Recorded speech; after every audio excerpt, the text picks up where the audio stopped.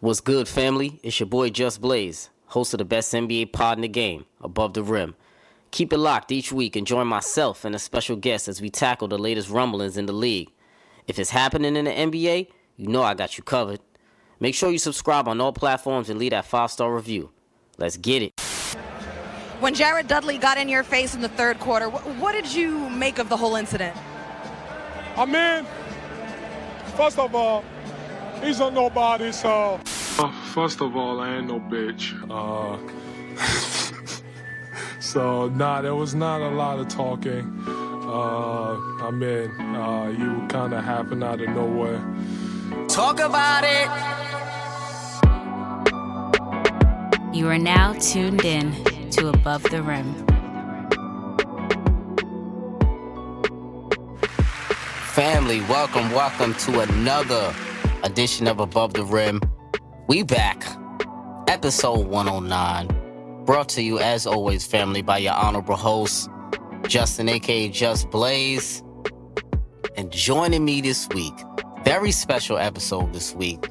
I brought two very, very, very familiar brothers to the program.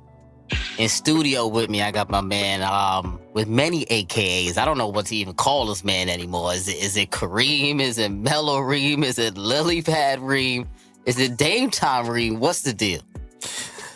Let's go with is Remo, a.k.a. Rich Threads Reem, a.k.a. Mellow Reem, a.k.a. Lily Pad on the Dame Time Reem. Oh, that's a lot. What's going on, fellas? How you?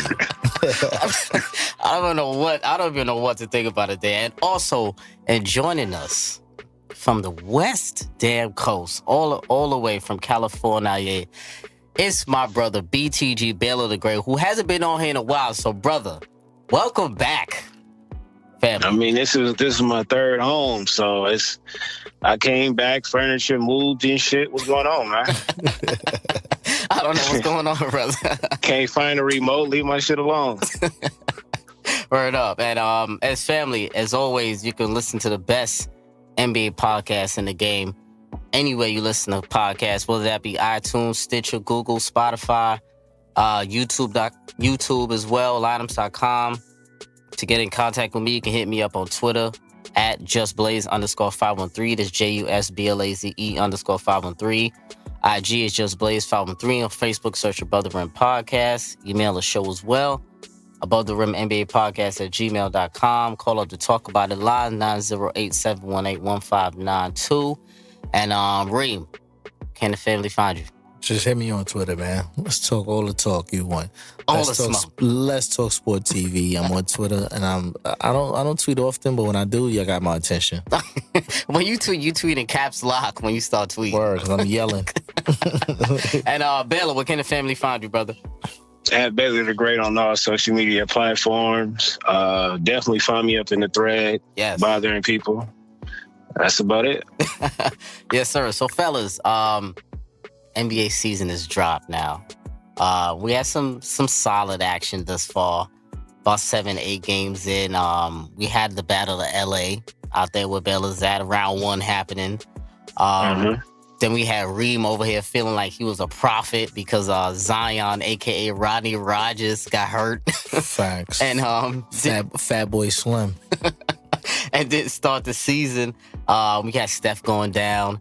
Then we had, and just like last year, we had a little bit of a tussle, a little bit of a brawl. Last year was CP3 and Rondo out there in LA. So a lot of shit happens in LA. You noticing? Word. And this year, Joel Embiid, Karl Anthony Towns had a little, I think, what did Chuck call it? A snuggle fest. Little tiff. A little tiff. A little hugging match. There was some headlocks thrown. There was what else was going on? There was a lot of shadow boxing I saw too with Joel Embiid. There was some mothers being thrown. There was some Twitter battles being thrown on there as well. And so Bella, I'm gonna start with you. So when we saw this little tussle, little snuggle fest going on, what were your thoughts first with Joel and Carl Towns? Yo, so we talking about the handicap backs because Ben Simmons definitely put him in the chokehold and my boy tapped out. He sure did. Was it a real He tap tapped out?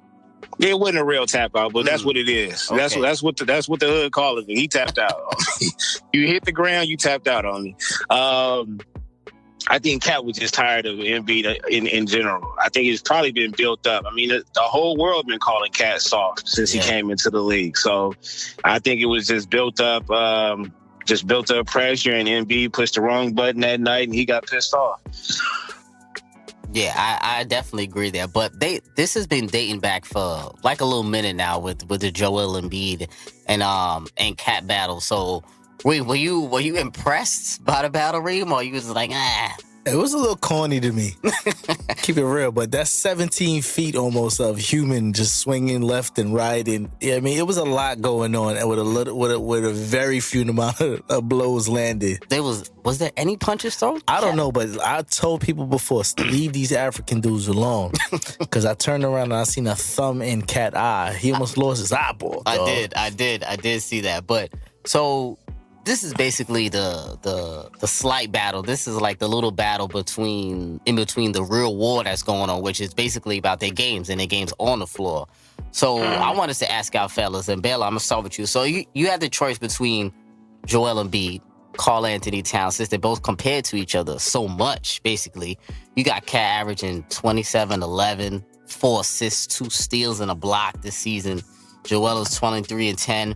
You saw the franchise right now. You taking Cat? You taking Embiid right now? Who's ultimately going to win the war? They had similar stats back in college too. Mm-hmm. But the thing is, I probably would go with Cat more because he was more of a main piece on a competitive roster. Now, Embiid was on a competitive roster as well, but he played. He had to share that spotlight with Frank Mason and Wayne Selden. Yeah. Whereas Cat was the main piece to that UK team, and they had Devin Booker at the end of the bench. So that should tell you the talent that they had. So that leadership spilled over into the league. And I think Cat is an overall better leader. Now, who will give you everything in the trenches in the playoffs? I might have to go with Embiid. But if I had to start the team from out the gate, I'm gonna have to go with Cat. Reem, how you feeling? And he seems like he's a more versatile player as well. I'll be damned. I'm definitely gonna go with Joel. Joel, tell me why. He just, all right. From what I've seen, he doesn't shy away from the moment. He wants the ball. They put him on this restriction time thing for against basically his will. Aside from the injuries or whatever we've seen, that he's such a dominant force between the dribble, his 3-point is a little wavery, but overall, like, if I know I can count on somebody, I'm going to more count on a guy like Joel than Cat. And Baylor's the guy that talks empty stats. Like, you know what I'm saying? This guy Cat, and he's been given the opportunity for a couple of years now, and we haven't really seen much. He's on his KG numbers right now, looking excellent in numbers, but the production, his team ain't really doing much. I roll with it. I think both of them is a bum fight, to tell you the truth. Wow. But I also think it has to do with coaching as well. So, as far as I'm concerned, winning the war right now, Embiid is going to win that war. He has the better team, even though, the Wolves is playing pretty tough right now. But that's up in the air. Yeah, they got like a 4-2 record. Now. Yeah. But I mean, all right. But Jimmy played on both teams with both players. Mm-hmm. Yes. And then you had a number 1 pick in Wiggins. And you had a number 1 pick in Simmons. Mm-hmm. It's not his fault that But he had more beef with Wiggins than with Towns. But we know, I feel like Wiggins was a number 1 pick, but he's not a number 1 pick. But whose fault is that?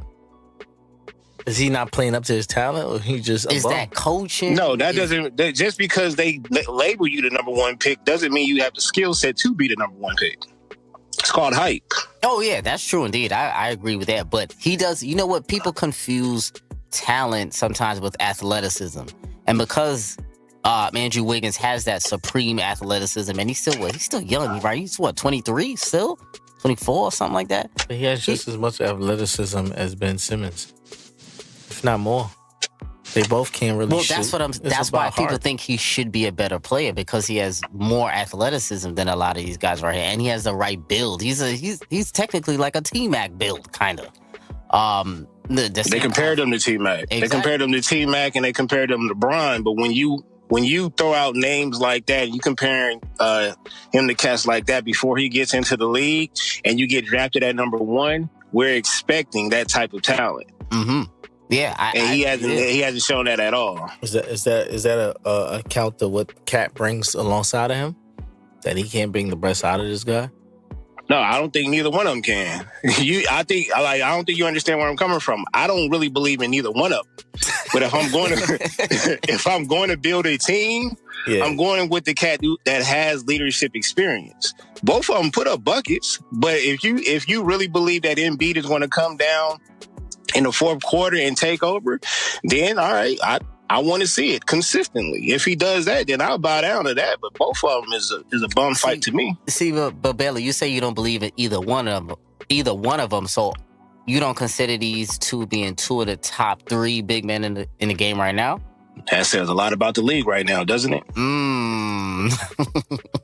Okay, so when they're going in historical big men, they're not up there. But I guess. Oh no! Don't even. You can't even put them in a historical conversation. Yeah, I can't yet. They don't have enough games in their belt or enough accomplishments underneath their belt for that. And even if they say the number 1 big of the game is who, Joker, I mean, I still have questions about him as well. I mean, I don't think a lot of questions. Yeah, there isn't an undisputed best big man in the game, best center in the game. It depends what you're considering Anthony Davis. I can't agree with you. Nah, not even AD. AD got question marks. A gang up. But I pick him over those 3. Oh yeah. But AD got more time in the league as well. True, but so he got that man body now. Like, you know what I mean, he's Joel Embiid got a man body. He's a big boy down there. Naturally though, like. I just don't believe in the ferocity of Joel Embiid. You get what I'm saying? Like, I feel like everyone is trying to bring that out of him, or they want to portray that image of him, but I don't see him really wanting in the fourth quarter like you think he does, Reem. I don't see that. Because he's not the typical big guy. That's why. We don't see him down low battling like that. But he's one of the most skilled bigs. One of the most skilled bigs we've seen in a long time. And with the way that NBA is going... It seems like half of the time he got the rock, he's at the 3-point line. What are you doing? But is that him or is that the coaching? Like you said. Okay, well, I mean, if it's the coach, you can only blame the coach so much. That coach should be out of the door already. He should be gone. I agree with that. But he should be smart enough to go down to the block. I mean, does he? Exactly. Does he if you ain't got the voice, if you ain't got the voice to go to the coach and be like, bro, I need this on the block. Mm-hmm. Come on, man. But his only spacing is on the top because you won't find Ben Simmons anywhere but the paint. Yeah, well, that's another. That's another thing. So if he's gonna operate on a big that's not as athletic as he is, doesn't move as mobile as you. So he has to face up from the top to make his way down, and hopefully somebody on the baseline or something to empty out, give him some room. Reem, here's a question for you. Do you think he's more effective outside the paint or down low? Because you just said he's going to take advantage of the big man, and I just said that the quality of big man is not there. So if you saying he's effective out there and on the island with another big, how do you feel about him handling the ball out there? I don't have a problem with it, but it's a 5-man game. It's 5-on-5. You're going to get people doubling. You're going to get people playing off. So like I would love to see with him work on the outside to work in, but if you got a point guard that doesn't shoot, his man can play off for him all game. So I don't mind him out there dancing around or whatever, because no big really got the foot speed to really compete with him like that, to me personally. But you say that really quick before we move on. You say that, right? But I still don't believe that Joel Embiid is quick enough as a big man. Even at his big body, his big frame, he has a little spin, but I still... Name a big that you think would give him problems out there. Defending him? Yeah. Well, Al Horford was one. Well, that's the problem then. If there's nobody in the game that could if there's no big in the game that could effectively defend him, that says a lot about him then. All right, but you don't feel like even I know he can't really defend him, but somebody like, just say for instance, a tall and lanky big like a JaVale McGee or like an Anthony Davis. I feel like they still give Embiid a little bit of problems because of their length, their arm length. JaVale McGee is too doofy. Him in particular. I think players like that will only give him issues. They didn't give him fits. I think so, but I think he's still the most powerful player in the game. So he has a lot of power with him. Is he finesse enough to get that bucket, though? Mm. Well, we shall see. Well, we early in the season. Yeah, well, let's hope he at least plays 70 games, because I know he was talking MVP this year, but I don't see it. I think minus the injuries, he could have been the closest thing to Shaq. That's a hefty compliment. I'm with Reem. I think he's that good in that way. He just don't show it. I think he's lazy. I think he's more of a Hakeem. Well, he's been out of shape and he's been drinking Shirley Temples and shit before. So, like, you know what I'm saying? Like, but his footwork or whatever, I think it's more to a Hakeem or a David Robinson-ish type of big. I like that. A little so bit. If he got somewhat to Shaq power and Hakeem's feet, bro, that's destined for greatness right there. Yeah, facts. Yeah, 100%. I agree with that. But we're gonna see how he gonna perform this year, because this is the year to do it. If they don't get out the East, it's gonna be a problem. But they're 5-0 right now, and the East is like ghost town right now. Mm-hmm. So fellas, let's get to these. This has been like 2 weeks since the season now. Let's get into some of our takeaways, and I know this one right here is gonna get spicy, because I know I got a lot of things I want to bring up. I know y'all fellas do as well. So let me start off here.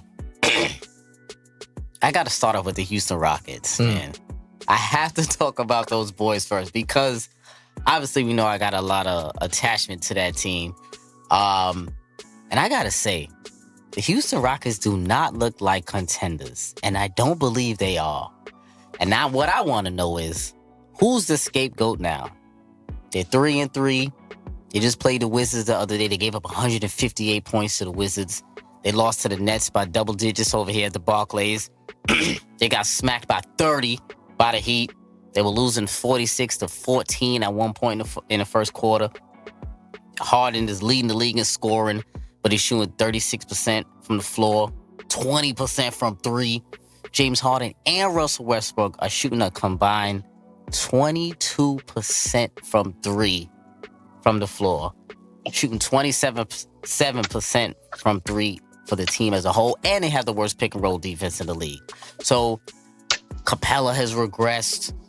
To me, PJ Tucker's, his heart doesn't look into it. He's a heart and soul of that team, but he doesn't look this. John Morant just called a tip jam on him too. I saw that too, and I'm sitting there like, damn, PJ he's there, he's hitting his corner threes, but he's not fully into the spirit of PJ. Eric Gordon has looked horrible to start the season. He looks terrible. Worse than last year? Worse than last year. You see, crazy. I want to know if they're giving him a 10-day limit as they gave Melo last year. We'll see about that. And D'Antoni, as always, zero adjustments, zero game plan. He's been asked by the media a lot how he's going to make this cohesion look between Harden and Westbrook, how he's going to game plan it too. And he keeps saying, oh, I don't know. They'll figure it out. Those two are great players. Those two are MVPs. I'll let them figure it out. Like, that's a game plan. Like, that's an offensive philosophy for a coach to have if you want to win a title for two players that have never played together. So, to me, when I look at this Rockets team, I don't see championship contention right now. I see there's a lot lacking, and I'm going to get into that a little bit further after you guys speak about that, but I don't like the way the Rockets are looking, fellas. So, Reed, I'm going to start with you. What do you think about the Rockets this year? Oh, man, I love it. I love it. I love to see what's going on, because this same time last year, my man just dropped 29, 28 in the Barclays. And then 3 days later, he was home on the sofa, and he's still home on the sofa. But that's a whole nother topic. But what I see going on right now is the end of the analytics era. Oh, already? And the reason I say this is because everybody played the analytics game to catch up to Golden State. Mm-hmm. And that team is not there anymore. So there's no reason to force these threes. Play smart basketball. You have a dog in Westbrook. Like, I get it. He's not the greatest shooter, but he has the biggest heart in the game. Yes. Allow him to play his game, be the mid-range assassin, be the diver, let him control the ball, and then you still got Harden to dance and do all he wants on the outside, and everybody's happy. But if you're forcing this man to play in a system where 3-pointers or nothing, you're set to fail from in the summer when they signed it. It's not going to work. And another hot take on the Rockets is it's time for the two guys up top to find new homes. Who? Morey and D'Antoni. It's over.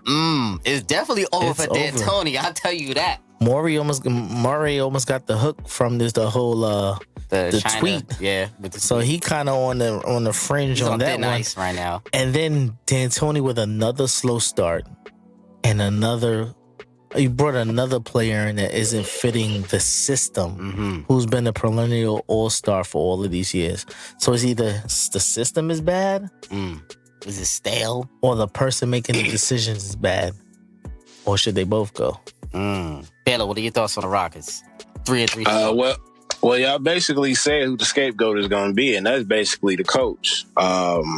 Looking at, they started off bad. You know, that Milwaukee game, they had it. You know, they could have took that one. But when you win and it still looks bad, I mean, that Washington game, that was just everybody said Olay. You know what I'm saying? You in tough battles with New Orleans and OKC. You come to Brooklyn. In Brooklyn, I'm really disappointed in Brooklyn a little bit, but I can expect them to be, that to be a battle between those two teams. And then we seen what happened to them in Miami in the first quarter. So I got to say it's on the coach. Like Reem said, though, when you figure out your star players, you also got to hold them accountable too. Harden got to start moving without the ball. You got to start moving. Dog, you that's been my issue with him for as many years when CP first got there. I said when CP controls the offense, Harden is he's not even becoming a decoy. He's standing here. He's watching. He's either standing around the half-court line being disinterested. He's trying to catch his breath. He's not even being a decoy in the play. No back screens, no cuts, no anything at all. So looking very disinterested in the play. So it's hard. Sometimes, it's a lot harder when you're playing 4-on-5 and you have that extra defender with that half step into the defense. So, and the thing is why it worked with CP, I feel like, is because CP had a high enough IQ to at least call another play in opposition to what James Harden would love to do, isolating the same thing here and there. And I think what CP brought, other than what Russ brought, it was like a stability to that offense and like a calming presence to that offense when Harden goes 8 for 32, 2 for 17 and stuff like that. But the problem is, I actually like how Russ has been playing with that team. He actually does bring a very nice dynamic that CP3 didn't bring with that team last year, but controlling the pace, pushing the pace. But the thing is that while Westbrook is doing everything, I think it makes everyone else regress a little bit. Make them real stagnant. Yeah, like they don't want to, like you see, since Russ is grabbing 11, 12 boards, what happened to Capella? I know. I told you he was a bum. They should have never paid this man. I said it from the beginning. I said, listen, he's going to play. He's going to give you the best he can ever give you. And it still wasn't enough for me to pay this man 90. They gave him the 90 and he regressed from that point on. He did. They offered him, another $10 million if he hit 70% free throws. And he couldn't even do that. Yeah. See, the guy that I'm going to bring up shows me that there's no excuse for what's been going on down there in Houston. Like you just said, with Russ leading, is he leading the team in rebounds? I believe so. Yeah, he's averaging 23, 11, and 9 right now. Come on, man. And what are the bigs doing? So when I get to my text, I explain why there's no reason for especially Capella not to be, at least averaging, 15 and 15. Really. And last year he was averaging 12 and 12, I believe, or 14 and 12, something like that. And they are playing absolutely zero defense. Defense. Yeah. And I think they've most definitely taken a step back. And I know a lot of people, it's a sexy move to pick the Rockets because they have two high usage stars, but I mean, we'll see if it can come together, but I definitely think it's not going to work between those two. What I want you guys to pay attention to when you look at these games too is the body language of James Harden. Oh, it's disgusting. Him playing with another star, not having the ball in his hand. It's kind of like he's sad. Like he's upset. Like, oh, I'm not getting the ball. Like he's mad.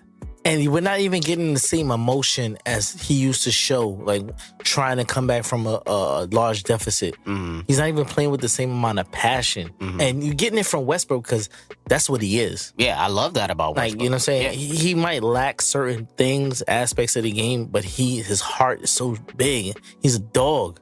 But when is the public? I don't know. I don't want to say the public. When is anyone going to blame James Harden for It's time. for It's time. not being able? Like Baylor, when are they ever going to blame James? we blame James Harden. We just don't pay attention to him like that. But he Everybody still- I knows the still feel spotlight he is slips under the radar. Yeah, I agree. Well, no, look, you do know about Harden's postseason. So him and Westbrook is the total opposite. Westbrook is going in to kill. Harden has questionable, moments in the postseason where he's disappeared at times. Mm-hmm. Scared to take over games. That's not Russ. Russ is going to take over games. Even with the flaws that he has, he's still going to go. So it's going to be interesting to see. I can say this. If they make it to the playoffs, Oh, how is that going to match up? oh, wait, that was a little spice in that, right? Uh-huh. Oh, if. I have a question about the if. Mm-hmm. We just got the notice just now that Westbrook is missing a game for quote unquote rest. Yeah, tonight's game. We've seen this quote before Mm-hmm. with the whole rest. Melo was resting at Oh first. my God! No, I'm they just- can't do that to us. Listen, they work on an analytic system. Mm-hmm. And right now, they're two of the worst analytically players in the league together. Yes. Reem, I got you on that one, but I don't believe neither one of those guards are going anywhere for these two reasons. The Houston Texans and the Astros. That city is popping right now. It's generating a lot of money. For them to lose one of those stars, that's not good business right there. So I think they'll get rid of the coach and probably the GM and whoever else is up there. They'll get rid of that whole cast and bring somebody else new in to try to fix everything before they get one of those, unless they get a good deal. Yeah. Yeah. That's All true. right. That's Makes true. sense. Baylor, takeaway for you. What's one of your takeaways, brother? I gotta go with Dwight Howard. Mm. We sent his bags packing. Like, we actually went to his house and packed his bag first time around. Like, bro, you gonna come up in here and act like a goofball? You gotta roll. You Sure gotta did. roll. His back started hurting and his shoulder started hurting. And fast forward, he having butt problems. And I'm like, come on, bro. Come on, goofball, weirdo. But what he said after the last game, he was like, look, AD and Bron is the main focus. I just come in and clean up what they mess up on. I'm comfortable with my role, and that's all we wanted you to do is be comfortable being. He's not even an offensive option, but when you show that type of effort in the game, bro, it was a couple of possessions where Bron kicked it into him. Go to work, bro. Yeah. You know what I'm saying? But like I said, you have to find your role. That goes with any team. Once you find your role and you know what you have to do, those minutes are going. I feel like towards the end of the season, if we have a convincing record, we're going to rest him because we're going to need him for the playoffs. So I take my hat off to Dwight right now. Number 39. Weird number. So I take it that you're, as a Laker fan, you're impressed with Dwight Howard's play to start the season. I'm not just impressed. I'm surprised. I thought because I'm the one who said, no, give me Joe King. I don't did say Joe King, but why? Yeah, I thought Dwight was the right choice. I know he was the right. No. I'm not. What I'm saying is I didn't feel like dealing with that weirdo stuff again. And he's been in the news about any and everything. So I said, if you're not going to, that's why I'm surprised at what he's been doing. Bro, that's refreshing. I could roll with you on that.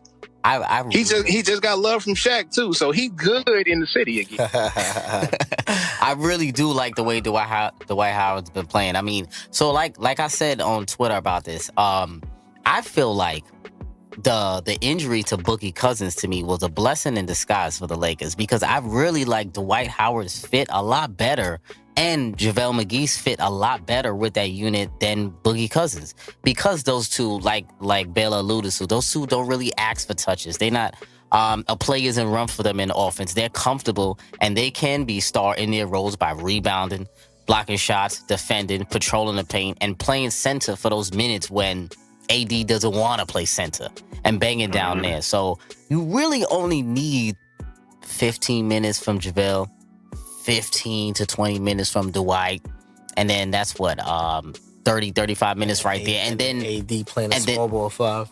Playing the small ball 5 for about 10 to 15 minutes in the playoffs. So I really like Dwight Howard for this team because they're not asking him to do much. And I still think the Lakers need another piece, but Reem, I'm gonna throw it to you here. So what were your thoughts on like Dwight and how he's performed this season? I like from what I see from Dwight, he's doing what's asked of him to be a centerpiece of the defense. Like him and AD together, I think lead the league in blocks per game at the present moment, and that's from limited amount of time right now. Lakers got the number 1 defense. Yeah, so it's not a bad thing. You know what I'm saying? But once he stays in his pocket of what you want from him, and he doesn't stray from the idea of what you're here for, I'm all aboard with it. Because just like Baylor said, I was more with the Joe Kim because Joe Kim is a facilitator. He kind of more mirrored what Cousins was as far as like an off the ball passer, etc. But I like what I see. I'm really disappointed at the bench though, because you always have a problem with that Laker bench. It's not. All right, I sat and watched the game the other day, and I asked my man, I said, what play on that bench can you guarantee can give me 15 a night? You got benches. But with Kuz back, you gotta wait for him to get back though, all the way, and then you gotta see. But you gotta really. He's back, but he's on limited minutes. He's working into his game, but then you gotta see how if that team is already clicking and he hasn't really found his mojo with that team yet. Who else can you guarantee to give you at least 15? You got at least 15. I got a few, but they just got to get the proper playing time. Who's that? Caruso. No way. 15, Baylor? 15 a game, bro. Yeah. He's never scored 15 Stop in at career. 15? Danny He Green, can. I looked it up the other day. Danny Green has never averaged 15 points per game. Average? No. Never. And Well, he's not going to average But I'm because just saying, he's a starter. Wait, hold on. I'm still off this. Baylor, you think Caruso could give you 15 a night off the bench? Yeah, I do. Why? If you take away who's also my guy, but I mean he's sharing minutes between like 4 guards right now. So of course you're not gonna see it now because he got to get in where he fit in. But if he could do that, why isn't he though? Like you said, why isn't he playing if he could give you that 15? You seen that dunk the other day? He got crazy. I bet you. Well, I mean that's normal for him to do. He got those bunnies, but no, sometimes that's on the coach because we got a cold rookie on the team that he's not gonna play yet. I think he could get valuable minutes. Who that? Norvell. Oh, all right. And Knights. Yeah, look. All right. I mean, look. I mean, sometimes the coaches don't see it. Apparently fans don't either, but I mean, it'll happen. We in LA. We ain't playing nobody named Norvell. But back to the Caruso thing. When Rondo comes back, he's pushed down even further into the rotation. Though, where's Quinn Cook at? What he been doing? He's hurt. What's that? I don't know what you guys' infatuation with Quinn Cook. I'm just asking. Like Quinn Cook. Baylor like Quinn Cook because he's a Duke. Yeah, but Baylor's not a Duke guy. I absolutely hate Duke. The only reason why I like Quinn Cook is because he's going to play his role. Like, I don't know why the Lakers got to have this flashy guard. We're not going to get one. Not with that payroll. No, he don't got to be a flashy not flashy, guard. But somebody who's not a specialist. Okay, but we have 2 offensive juggernauts already. Who? What more? And then we got Who's the 2? we got AD and Bron. What else do you need? Come on, Bron's. I don't even like how Bron's playing right now. You don't have to like how he does it, but the nigga's still getting buckets. What do you He'll want? 27. That's what he's getting you 27, not even playing hard. I gotta ask you, what do you want? I got because look, as fans, we have these expectations whether we like the player or not. I'm not a But fan. the fact of the I'm an analyst. but the fact of the matter is, he can still get you. whether you figure he's the second or the first option on this team, he is in the top 2 options as the best offensive player on the team. All right, what I'm not liking from Bron too much, I feel as though he's pushing too much on AD at the moment. And but we don't have nothing right now. I get it, but he's putting him in a situation where AD is prone to injury. Every time he falls, I'm scared. Every time he's in the game, Reem, I hold my breath. But that's what I'm saying, though. Like, LeBron is putting him in a situation where, like, you're not forcing anybody to play off of LeBron anymore. They're waiting to see LeBron pass it to AD. And then AD is playing. He doesn't play well with his back towards the basket. I noticed that the other day.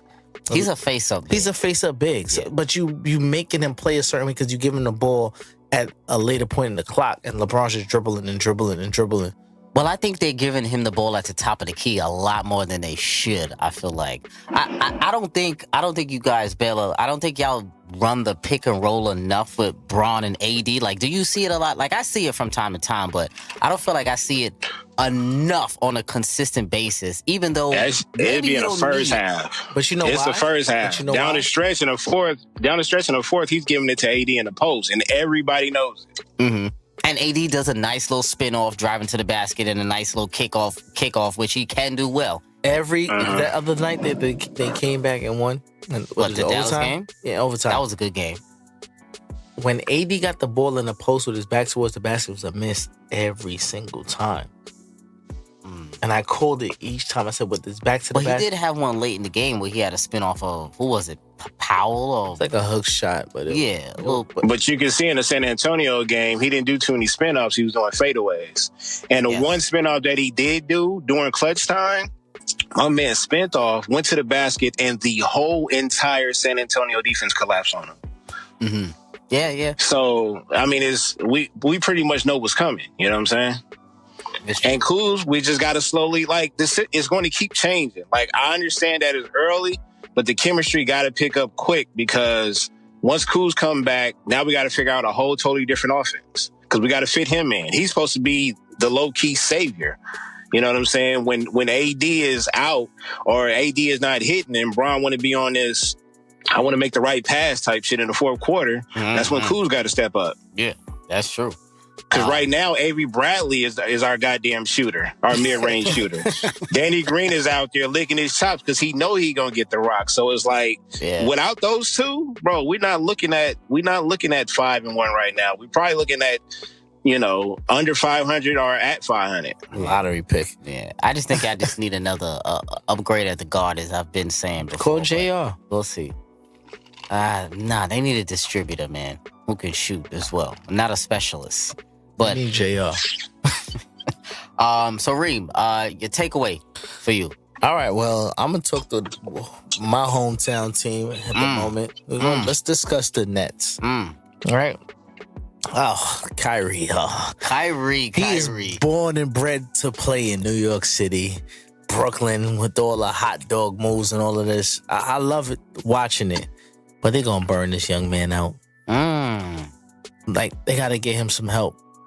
Kyrie is 6 feet at the most with the new rules of the way they measure and all of this. But to have him playing at the level he's playing at so early in the season, by midway, he might be hurt. He might have a stress fracture. He might need some rest. And then he might get frustrated and talk about the moon and the stars. We never know with Kyrie. Sure. But at this point in time, he has to do too much just to keep their head above water. And they had a couple opportunities to get a couple vets, and they signed the Lance Thomas, which they ended up. Always bring up Lance Thomas. But they cut him. They didn't even keep him on the roster. Oh, they cut him? They cut him right before the season started. Oh, I didn't realize they cut him. They don't have Wilson Chandler right now, so that's one more player that they don't have. And then this other guy, CJ Williams, we haven't seen him come off the bench yet. So who else can you say Kyrie can play with that could give him some help on a nightly basis? LeVert is still young. Yes. And Dinwiddie, he hasn't been playing up to his potential this season thus far. Yeah, but we don't know we don't have the career stats to see what he could give you from a stretch. He could have had a good season last year, and it could have been a breakout, or it could have been he's just a decent player that had a good season. True. So now we are dependent on these people to help lift Kyrie.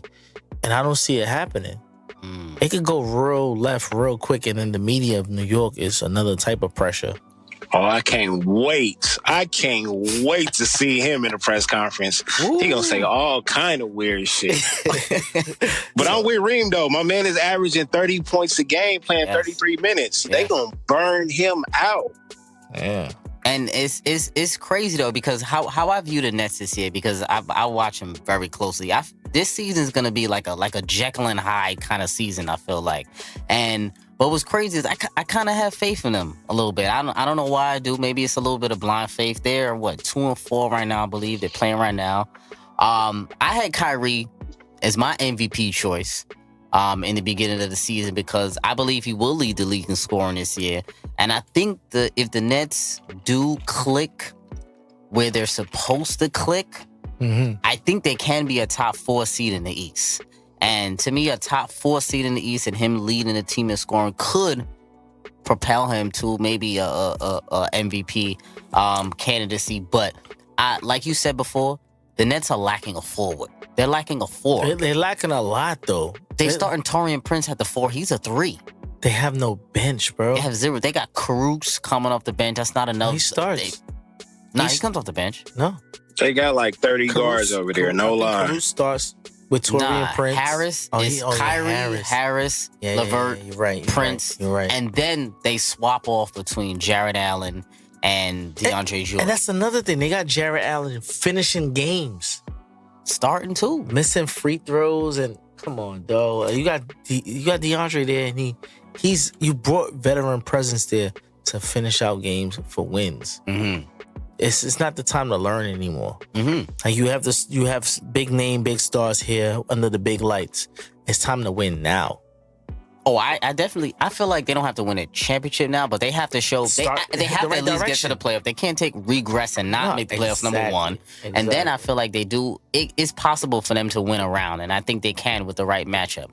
But let me ask you two fellas this: when I view the Nets, and I'm viewing Kyrie as a whole right now, I feel like he's still a little bit like he's still struggling to become that leader that he wants to be and who people want him to be this year, as he struggled with last year. Maybe not to that extent, but this year I feel like he is still struggling, because I was reading about the Nets and I saw 2 different quotes that I saw from Kenny Atkinson, the coach, and then one from Kyrie. So the first one was from Kenny Atkinson. He said, when the reporter asked him about the Nets offense, he said, "We're not really running anything. We've kind of lost a bit of our structure and a little bit of our organization right now, and a little bit of our culture, but we'll get it back together." Right? So then they asked Kyrie Irving a little bit after about those comments or whatever, and he said, "It's okay. True leadership comes from the way your actions speak, not from words that you say." Shut up. So, a very Kyrie Brooklyn Nets media like. You gotta move him to the 2. You got to. Oh, to the 2, take him off. Let me hear it. To the 2? It's a over. First of all, I got an over and under bet that him and Dinwiddie gonna fight in the locker room before the season is over. Oh, Kyrie, I think they boys though. Kyrie can't fight. But no, you gotta. But you just said it. You said there's no play calling, bro. You got to take him off the ball, put him at the 2. It's a small lineup, but I think that's where you'd be more effective, because you don't have a guard that's going to run the play. I like that. Do you feel like Kyrie is getting other players involved? Say that again, Baylor. Do you feel like Kyrie gets his team involved enough? Not enough. That's my problem. I do think he has all the right intentions. Like I do think he comes down the court with the belief or the intention of trying to get someone started, but I think he gives up like too quickly in his shot clock. I feel like between the first 10 seconds, if he's the one calling the play, he probably figures with that lineup that he has around him, maybe it's better if I take a tough shot before they take a shot. Or maybe that's just how he has to get himself going in the game, because he does feel like he has to play too many roles, or I don't know. I don't feel like he does it enough as he should, but maybe he can't. That's what I'm thinking. Well, perfect example is the cat that they shipped over there to Golden State. They didn't have that issue with him. But they didn't. They played a lot, like a much different offense. He was the de facto point guard, but he really didn't distribute the ball as much. They played a lot more of a team ball movement offense. But for some reason, they're not doing it now. I know, because 30 of those points is going to one player. See, all right, the thing with what you said about the leadership qualities or whatever, your best player doesn't have to be your leader. I agree. He doesn't have to be the voice of the locker room. And I think people get, especially in New York, they get that carried away. Like, the best player should be the leader. Mm-hmm. He's a bucket getter. They should lean towards a DeAndre or something like that as to be the... DeAndre's not a leader, though. He should be, but he's not. DeAndre has been further than anybody on this team besides Kyrie. But Kyrie is focusing on his production on the court. That's some bad leadership. All the other qualities should come from DeAndre. Just, you know what I'm saying? Let him handle what he has to handle on court, the media and all that. Send it to DeAndre. That's why I said. I'm not going to lie. I don't trust DeAndre with that. I know DeAndre Jordan. I don't trust him with that. Well, I agree if you're using experience, but I don't know if it link up personality-wise. That's what I'm saying. I think he's a weirdo, too. That's what I'm saying. He's not a leader like DJ. But would you... My point is, they don't I have said one. in the beginning of the season. What, who to they bring should Melo? sign. Yeah. No, I honestly think a Melo shield. would be decent in No, there. no. You want to talk about Melo is not playing around with them weird niggas. You seen how he reacted on the airplane. He is not about to be going through that BS with these flat earth but guys. he would have to go through that. But he knows the New York media, so he'll be a shield to a lot of these young players that don't know how to deal with the media, where they can just ball. No, Ring. Put your guy in the perfect position to win a championship, not to babysit niggas. No. See, I would put him on that team and attempt for him to get a 2-year for KD to come back. You mean a 1+1 sign? Well, just about it. How about you start slow and say a minimum contract to end the season? How about you start? Yeah, But let me ask y'all this: why can't Kevin Durant be the leader of this team right now? Even though you know why? Sidelines? No, just does he travel with them though? Yes, he's at every game. Away games I'm talking about. I don't think he travels with them. Why not? He could walk. Why shouldn't? That's his fault. He gets rehab. He on load management.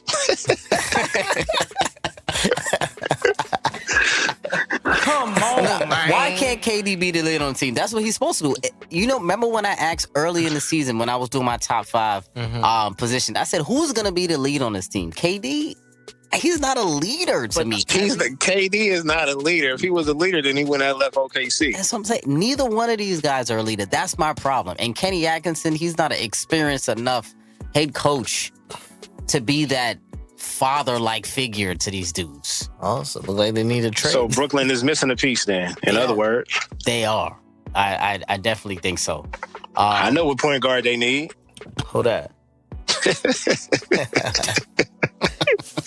Nah, but I'm not gonna let it happen. I refuse for y'all to send these cats to places that they won't win. Yeah. Oh man. Let me go to my other takeaway. Keeping it in New York City, I want to talk about the Knicks a little bit, man, because not much to talk about there. There's a lot of interesting comments coming out here in Knicks Twitter, New York Forever, or Knicks fans all alike, because there's a lot of those, and they're crazy, I'll tell you that. But there's been some Fire Fizdale chants already now, early into the season. Come back home. Come back home. They started the season 1-6.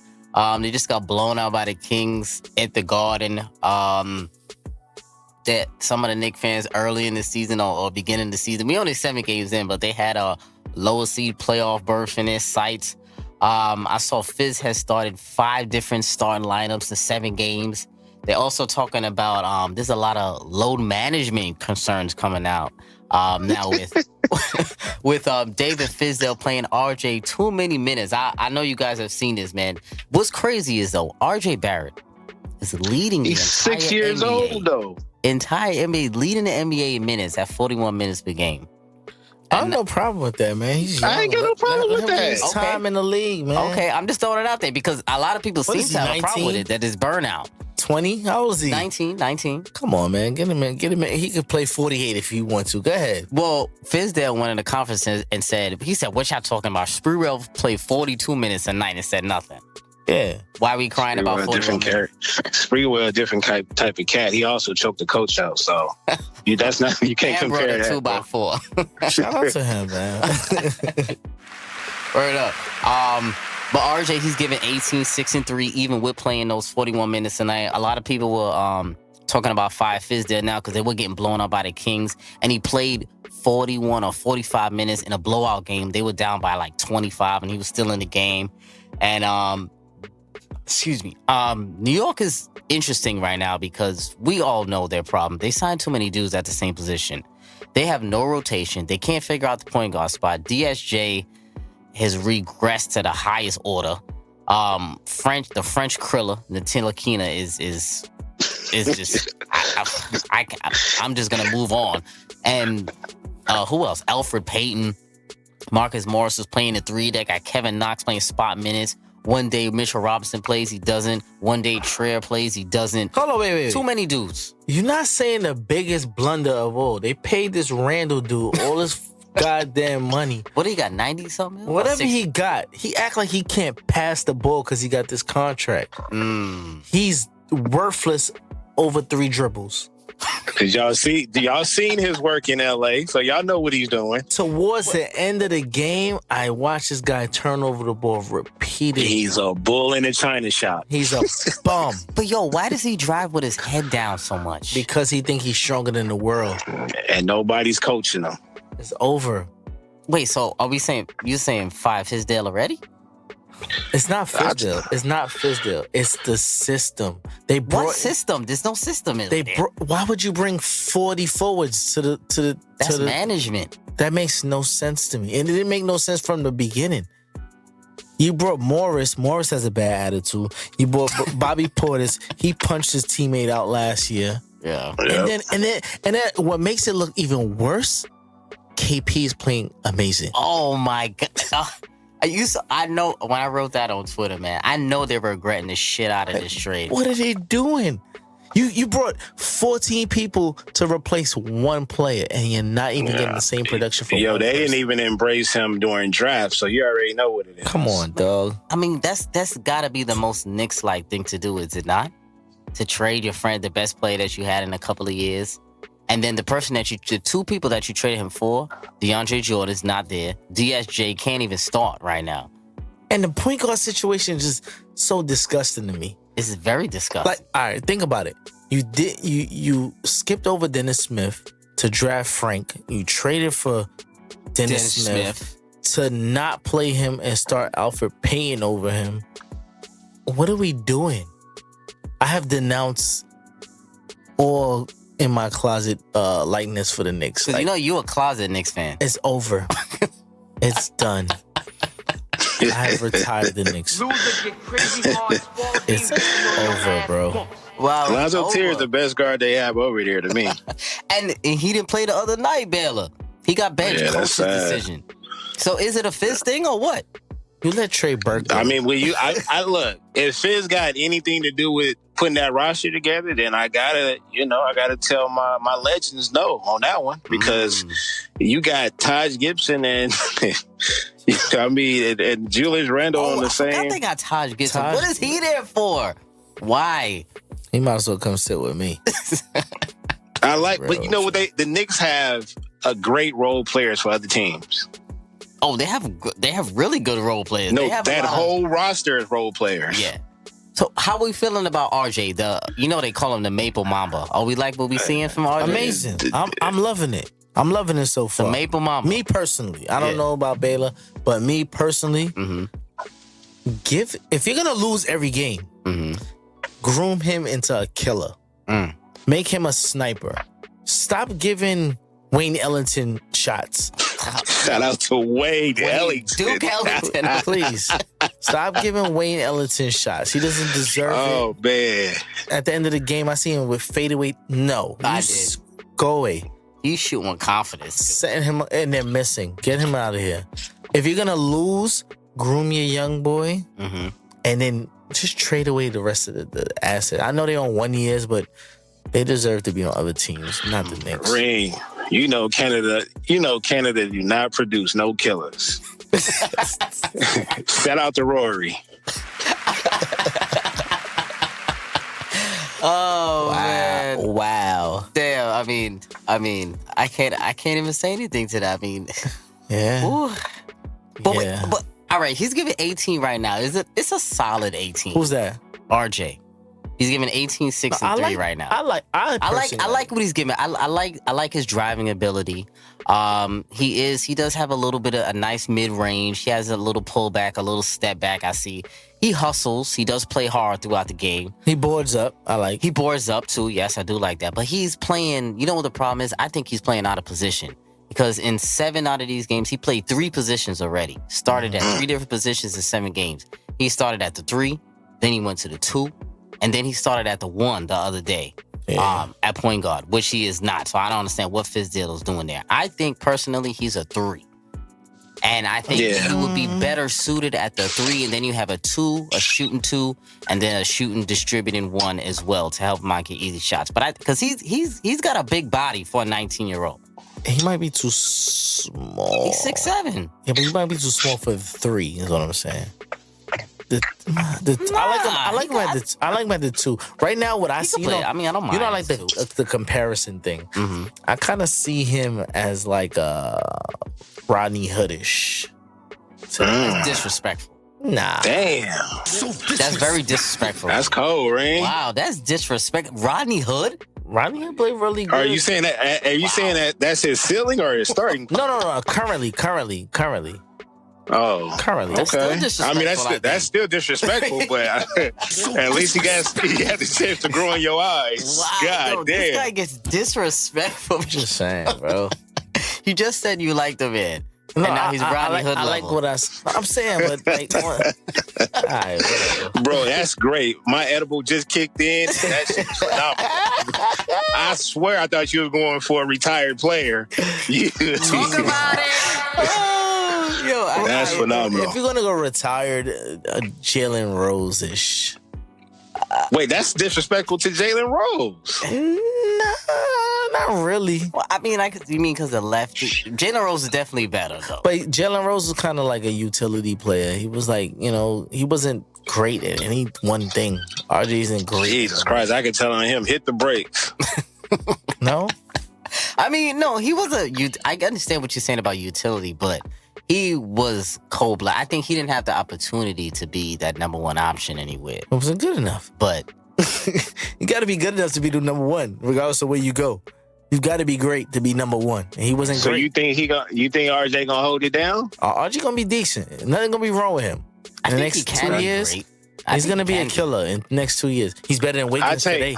I take right now, Reem. Right now, who has a better career, RJ, Zion? RJ, I agree. no problem. I agree. RJ.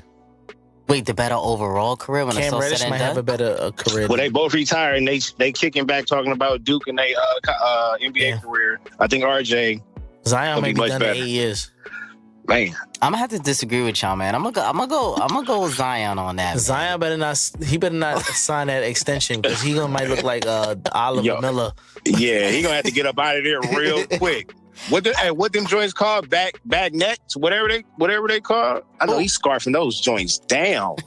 He down in Baton Rouge getting crazy. Baton Rouge. Everything got gravy on it. Oh man, That neck bone. you know what? I'm giving him love because there's too many Zion haters. There's too many people. I think Number 1 is feel right like here. people. Number 1. We not hating on him. We hating on his diet. I'm hating on him. I don't like his diet either. I'm not gonna lie. He definitely has to shed quite a few pounds, but we'll see. I mean, I like RJ. I like both of them. I'm not gonna lie. I like both. Baylor, do you have another takeaway? Yeah. The Utah Jazz. They was supposed to be the hot chick coming back. You know what I'm saying? Hit puberty. They not looking so good. I like that. So I need all those, and I get it. They had a new guard. Now Conley is one of those guards that needs to be on the right team. Oh, he looking like he's looking very sus right now. He's looking real bad. As a player, just by himself in general, he's looking bad. And Utah is not looking up to their high praise from this offseason. They are not. Are they fool's gold, fellas? Fool's gold? I mean, right now the Timberwolves is making them look real bad. I wouldn't say I wasn't. Well, for me personally, I wouldn't say fool's gold because Too early? I call holes in their best player's game. And Mitchell, he's a bad player going right. He's a better jumper going left. Yo, Reem came with the smoke. And you know what I mean? There's a lot of growth to that jumper. Like when you lock in with a team where you got to win 7 games or in a 7-game series and they home in on what you can't do. I don't know if he has a lot of alternative moves to what he does well. You know what? Let me tell you what I think their problem is. They have 0 power forward production. Who's their power forward now? Bogdanovich or he's not playing good. He's playing decent. Dude, he is who is he putting fear into at the 4th spot? You got Joe Ingles starting at 3 sometimes at the 4. You got Royce O'Neal, I think, who's starting at the 3 and Ingles at the 4 right now. I mean, come on. I'm about to say they are fool's gold. Is that a bust? I think so. Because I like Conley. Don't get me wrong. I like him. I still feel like he's going to play a lot better as the season progresses. I look at Gobert. As a souped up Capella. He's a bum. Oh man! And when you got Cat dissing you on Twitter, it's time to chalk it up, man. You know why he's a bum? Because I can't expect nothing from him per night. You can expect what? Aside from 2 blocks, aside from the blocks, I can't get anything offensively from that guy.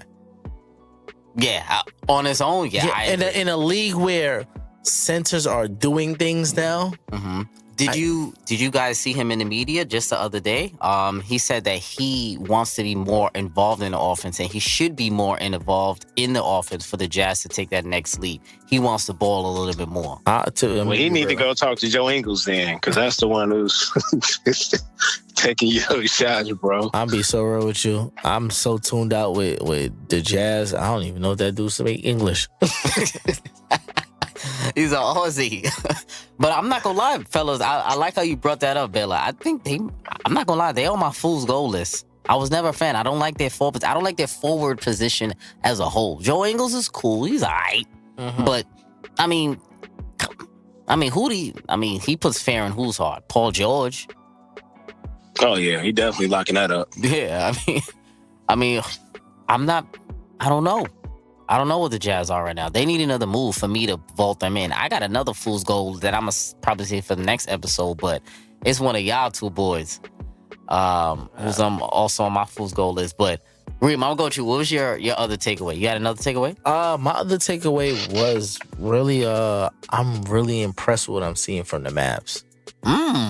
Yeah, for sure. I'm like, it's a young team, and they're 2 young stars.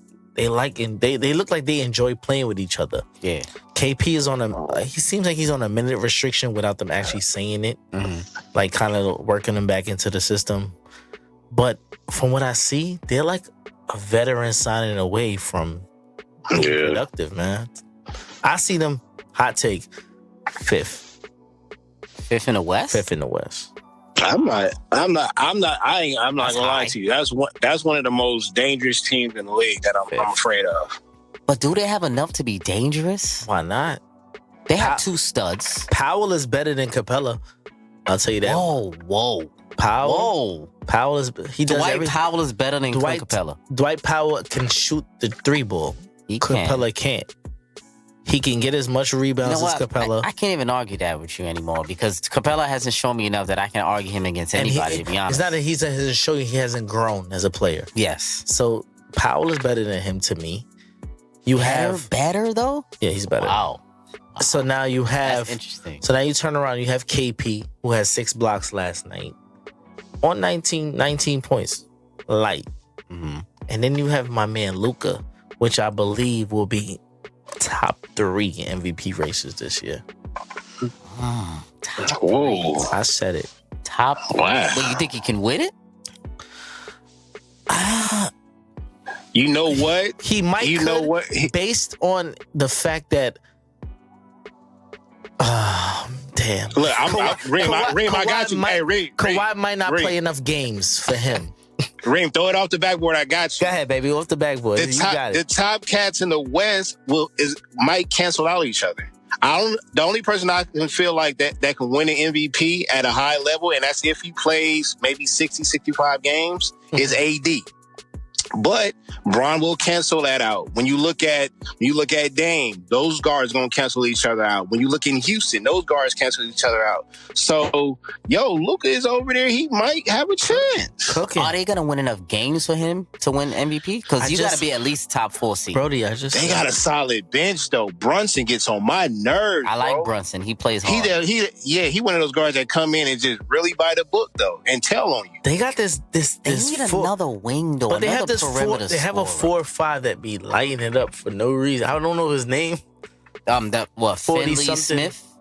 No, Finney Smith. He's Finney decent. Smith? Number 10. He could play. And then you still do got Tim Hardaway Jr. Like he knocks down shot. And I do like my man Curry over there, Seth. Seth. The Yeah. only Curry left in the league right now. Just saying. I like them too. I'm not gonna lie. They have They definitely have an been very ensemble impressive. of talent. They have been very impressive. I'm not gonna lie. They're just one vet. I think they need a vet over. That's Away, what I'm saying. I just think they one. need another piece. One more piece. We'll see. Because Cuban could get something like that done. One more takeaway for me. I want to talk about the young ex-Lakers really quick because I really like what I'm seeing from those young boys in New Orleans. They some bad chicks, ain't they? Oh, man. We sure do know how to pick them. I tell They you, crazy. man, B.I. averaging over 27 a night, 8 rebounds, almost 5 assists, a block, 51% from the floor, 40-something% from 3. In the game tonight, they were in Brooklyn. This just popped up on my screen right here. B.I. had a 40 out there in the Barclays, 45 and 5 On the L. on an L to Brooklyn. Kyrie, we just talked about Kyrie. He had 39 and 9 assists. So we see it takes him damn near 40 points to get a win. Ingram with a nice 40. Lonzo out there averaging 12, 7, 4, 37% from 3, a little bit better. Josh Hart's giving you 13 points, 6 rebounds, 45% from the floor. I really like how these young ex-Lakers in the trade for AD have been growing and ascending over there in New Orleans. And I really like how they're playing together as a unit. It's a little disappointing that they can't rack up some wins right now, but they have been competitive in every game that they have played. And I really like the ascension that I'm seeing from B.I. right now because I think he's probably the one piece. I don't know if I can say him or Lonzo will be the piece that the Lakers regret more. Like, Bill, I'll No, we piggyback regret that to you. all of them. We regret all of them, But you got a all of stud. them. You can't regret him if you got a stud in return. No, the thing, but this is the thing though.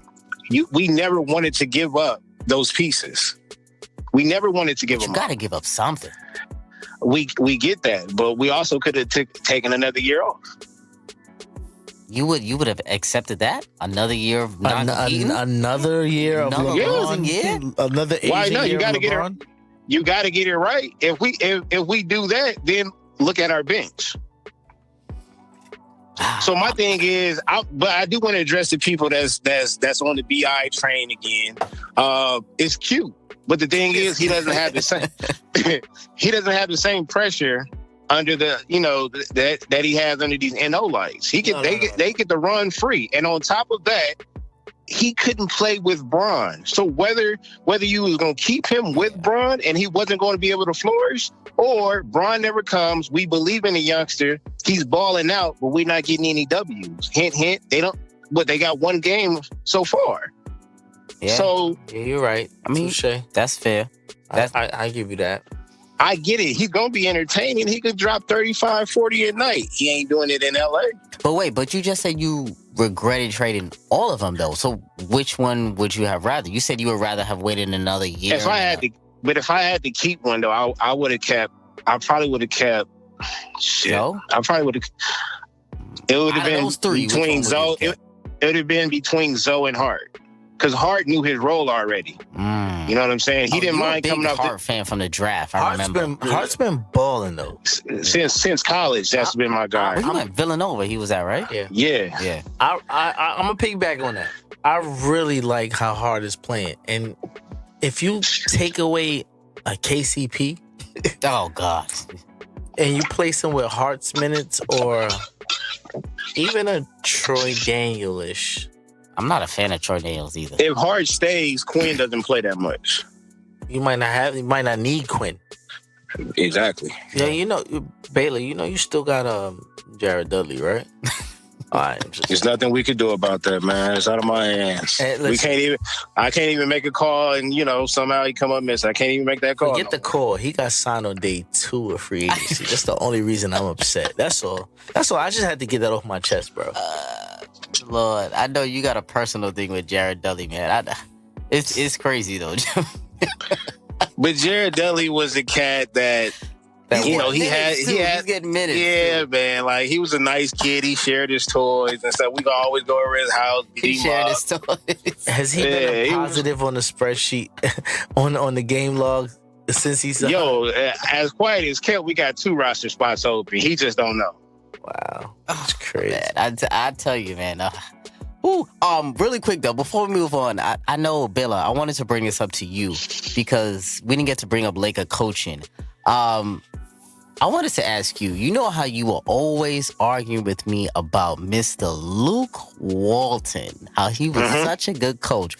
What's up with your boy now out there in Sacramento? How do you feel about him? Because you told me this guy was a great coach. What does he look like now? I want to hear it. I thought he could have managed the Laker roster. I didn't say he was going to manage that AAU roster that he got over there. But he sucks all around, even with any roster. He was bad with that one and this one. But they almost made the playoffs last year. But in the cancel culture, we canceling cats too fast. Like, how long do you want to give him? Well, you were telling me you gotta be patient. You were on that patient train. He doesn't have enough support. All these excuses y'all were giving Luke Walton for not producing wins and not putting the proper lineups in order. And he's doing the same thing in Sacramento and they're losing. But when your main star go down a nice chunk of games, then your top point guard goes down. We never had, between Zoe and Rondo, they kept getting injured. So it was like, adjust to what? Yeah, but remember, you guys had a lot of problems with his rotations. Remember those lineups he was putting on the floor? We had problems with his rotations, but come to find out, we didn't have the roster to have the proper rotations. And because it's all about the guy that we have. Let's talk about the elephant in the room. It's LeBron James. It's the gift and the curse. So a lot of people are not going to be able to flourish around when he's there. Sound like a bottle of Jack and excuses, my brother. It's some valid ones, though. I got 2 questions. He know he gonna stay in the league because of his last name. So we know that. I got 2 questions for y'all fellas. Yeah. Is it fool's gold on the production coming from the Suns and production coming from Miami? Let me take that first. Miami? Yeah. Hell no. I do not think that's full goal. I really like that roster. The collection of talent that they do have, they have a couple of dogs that play the right way. And because I believe in them, it's because they're coaching and their structure up top. I love Spoelstra coach, top 5 coach, top 3 coach in the league. Pat Riley, the structure over there. They have a quiet as kept, it's not quiet anymore, but they have a lot of nice young talent. Kendrick Nunn, Tyler Hero, Duncan Robinson over there. But their problem is, and problem they will run into in the playoffs is that they have too many guys that do the same amount of things, and they all do it well. So what I feel like they have to do is package 2 or 3 of those guys to get one guy with that maximum production, which can propel them to the top of the East, which I already think they're a top 3 seed in the East. And I think, honestly, they can take Philly with one trade and put Miami over the top of Philly, in my opinion. They have 2 people that they could get rid of, too. They have a few. They have... Yeah, man. What's the name?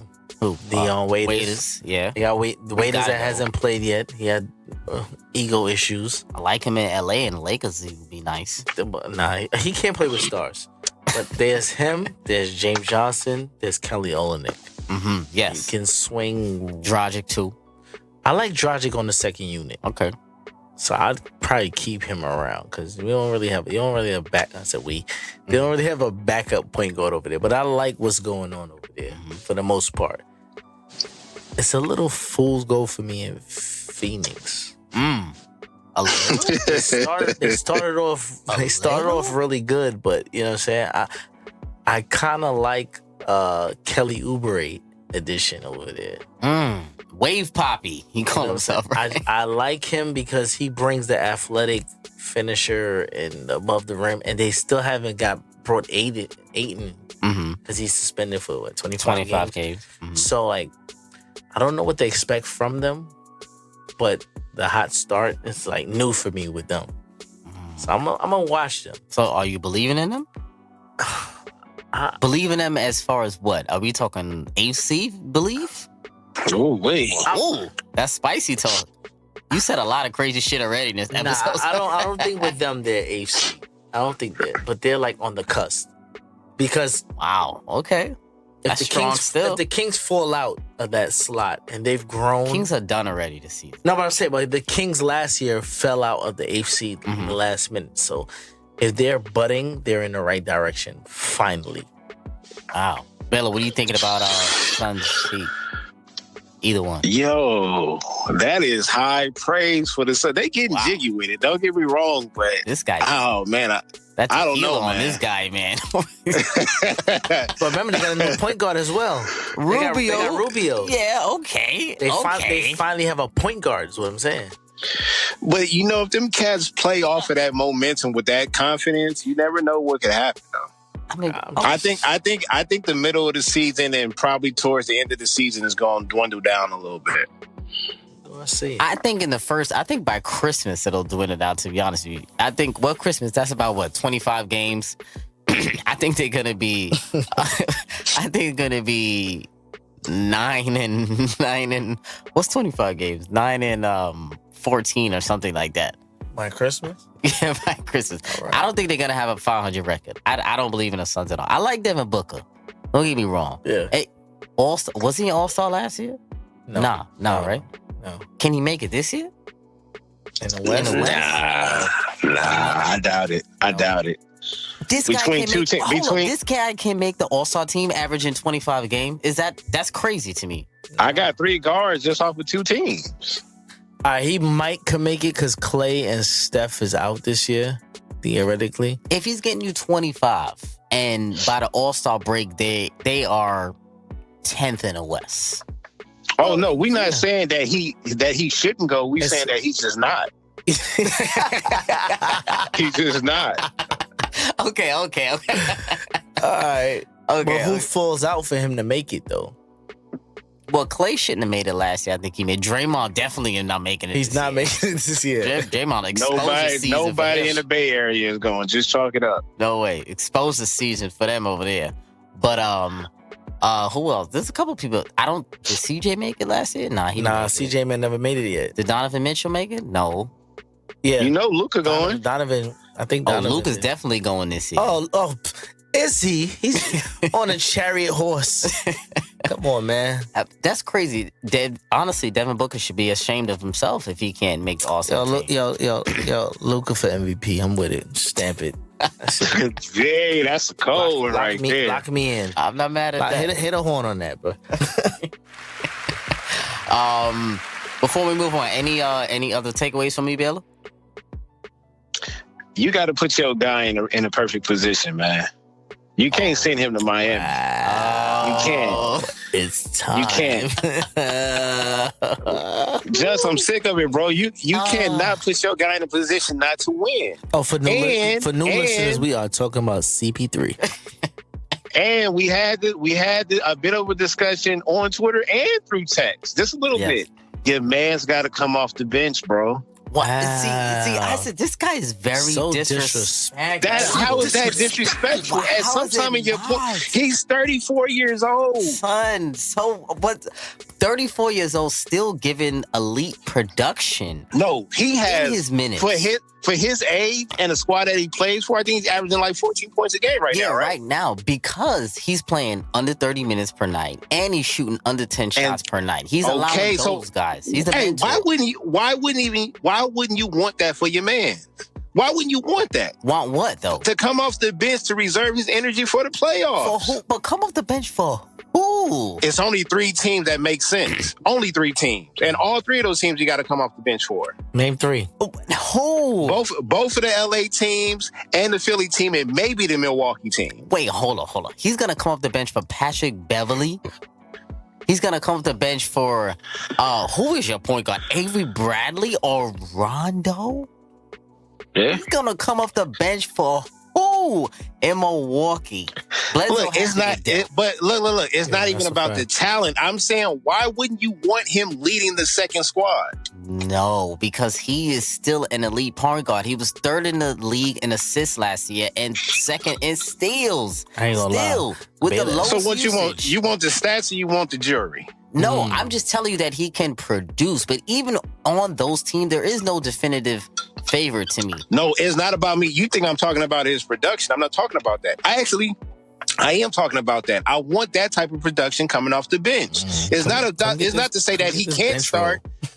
It's not saying that he can't start. I'm saying it would make more sense for him to reduce those minutes and lead the second team. Baylor on your bumper, boy. Man, he was so disrespectful right You now. on your bumper right now. Now listen, if I had Tell me this, Jess. Why would you want him to go to Miami? I think it's the perfect spot for his talent. And I've been saying this before the season. But do you want him to win? Do you want him to win, or do you just want him to He can shine? win over there in Miami. I'm Win gonna what? listen, hold on. I'm gonna agree with Baylor on this. Which one? What? Him in Miami. Because him, I would prefer him over a Dragic with second unit. But the first unit, Yeah, but you can stagger his minutes, though. Who's the You Heat can starting? Who starts for the Heat at the point guard Justice spot? Winslow and Kendrick Nunn. He's supposed to come off the bench. Not that bad. That's Chicago's finest right there. He played like a young D Wade. I ain't gonna hold you. Yeah, but he could come off the bench and do that. So See, all right, CP3's goal spot in that team is the playoffs. So I don't mind him coming off the bench for the season. Because they're gonna need him in the playoffs. That's crazy, y'all. I mean, I'm not saying Miami's the best option. You want to get him there though as well.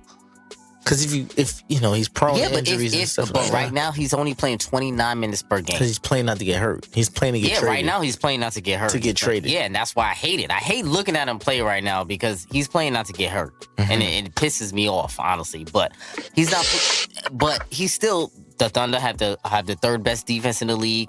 They won 2 out of 5 games or 2 out of 6 games. Shai Gilgeous-Alexander, he's turning him into a nice young player. He got a green light. He's averaging over 20. He's playing the mentor role right now. And if he went to the Heat, he'll be playing that mentor role also with Jimmy. If he went to the Bucks, that would be a better opportunity. I don't like him on the Lakers, but I could deal with that. On the Clippers, I don't think he fits because I don't think they would do that. Answer the question, then, Jess. I need to know right now. Wow. Realistically, I love it, bro. Go ahead, realistically, you put him on any one of those teams, which one do you really see in him hosting a trophy with? Honestly. I don't care about his stats, bro. He gonna go down as one of the top point guards of all time. I do not care. It's a lot of point guards. Which one? But you telling me you wouldn't want him, and it's not even about riding a coattail. It's about actually helping Bron get another chip before he get out of here. Wow. You gonna sit up there and tell me that you wouldn't take a Chris Paul coming off the bench, possibly winning 2 championships? That's crazy, bro. That's crazy. I mean, but you want him to be a stat killer, though. I mean, I could get with that. I'm not gonna lie. I could get with it. But realistically, the Lakers can't really get him because Rondo has a non-trade. JaVale has a no-trade clause? No JaVale way. has a no-trade. And KCP has a no-trade. Yeah, but remember, Rich Paul is his agent, so I do feel like he can somehow finagle that. But I don't know. That will be interesting. I'm just saying. No, I agree. And all 3 of those players, I don't think the money even works. But OKC has to want those players. They don't want any of them. Why would you want a KCP? So the Lakers are off the table. Why, the only asset that the Lakers have to trade is Kyle Kuzma. Yeah, think about it. What other assets do they're not trading AD? That would be dumb. You're not trading LeBron. They don't want Green. They He's don't too want old. Green. What other assets do they have? Caruso, They have maybe, they have but nothing. Yeah. remember, OKC wants what, picks? The Lakers don't really have much. They want picks in at least one young player. Because remember, OKC this is ultimately for Russ right here, technically. Yeah, okay. Listen, This is the OKC Russ trade. they got about 8 picks coming down the line, Yeah. and OKC already has their future point guard. Yeah. So like, And a backup in Schroeder. yeah, that too. They being greedy right now, technically. Listen, CP3 has to go to a team like a Miami. There's not a lot of destinations. I know, for there's him. not a lot. There's only 3 destinations in my mind. It's going to be interesting, man. I'm tight. But, fellas, let's get to this crossover segment really quick, man. Not a We need to get game. to Not this a one. game. Not a game. We talking about practice. So for my new listeners, I'm comparing players from different eras. Both of the fellas act as fantasy GM, and they tell me who they would take out of the guys in their prime if they were building a team. Now, we usually do one-on-one comparisons, 1-on-1, but this time I'm going to do a little different special episode here. I'm going to do it how we did it when it was me, you, and Damo. I'm going to throw out 6 players, Baylor. So 3 guards, 3 bigs, and I need you to pick 2, 1 guard, 1 big, that you would pair together to start your roster with. Any one of these 6. So fellas, I'm gonna throw these out. For the guards, the 3 guards, I dug in the bag for this one. A couple of slim guards, right? So I got Damon Stoudemire, Okay. Terrell Brandon, Wow. or Trey Young. Those are the 3 guards on the table. For the bigs, David Robinson, the Admiral, Prime Dwight Howard, or Anthony Davis. I'm going to go through those options again. Damon Stoudemire, Terrell Brandon, Trey Young, David Robinson, Dwight Howard, Oh. Anthony Davis. I need a big This and I need a guard. that's easy right there. So Baylor, you start off first. Big and a guard. Let me get Trey Young and David Robinson. Oh, okay. Tell me why. Okay. Because I could pair them with like a 3-and-D guy. I got my offensive guard, and we already know what the Admiral can do. Everything else is just spot up and shoot and play defense. Okay. If I can't do Terrell Brandon because he was too point guardish. You know what I'm saying? And looking at those bigs, I'm gonna need somebody to be able to score. And Trey Young is probably the best scorer out of that group. But Damon was a killer though too. That's what I'm saying. Remember, Terrell Brandon too had a couple of years, especially in Cleveland when he got traded to Minnesota in that Sam Cassell deal. He was a And that dog, Marbury but deal. That was a Marbury deal too. Trey Young is out there just throwing shit up and that shit going in. Reem, who you got? 1 big, 1 guard. Building your squad. This is really tough because I'm a big Mighty Mouse fan. Me too. I don't still have it, but man, I remember those white and black Damon Stoudemire's with the patent leather on the top. With the Man. Oh, I remember those pieces though. Was there any other colorways? this is really tough though. Really tough. But I'm gonna go with Trey for my guard. Because his ability to stretch the floor. He shoots from deep. He's a great passer. The world doesn't really know how much. Underrated passer still. They don't know yet. This is only year 2, but he's a really good passer. He's very underrated. But the thing is, what scares me is that his scoring ability is so phenomenal. I hope he don't get into that mindset of Having to James play well. Harden where you have to score. Because his passing ability is very good. Yes. Yeah, that's a fact. He makes very good reads. Listen, I'm gonna go with Trey as the guard. It's tough with Mighty Mouse and him, but I'm gonna go with Trey because the deep ball is official. It's not even a fluke anymore. It's official. It is. It's From the logo. It's Curry 2.0 ish, and then I'm gonna have to go with AD. For the fact that AD gives me a little bit of everything. He gives me some defense. He gives me some He sets pick and rolls, dives, he catch. And then having a passing point guard to find you with the alleys and the drops. And AD doesn't get credit for his hands. He has really good hands He does. as far as catching the rock.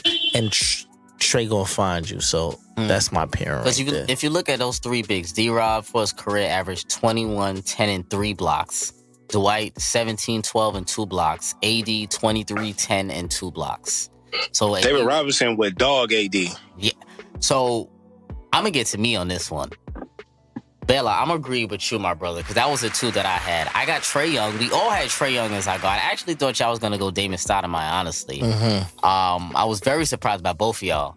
I went Trae Young because I think he's the best offensive guard out of those three, but it is tough because Damon Stoudemire was a very good, and Terrell Brandon was a great offensive guard. I don't know if y'all remember, but Trae Young got fourth quarter killer instinct in him.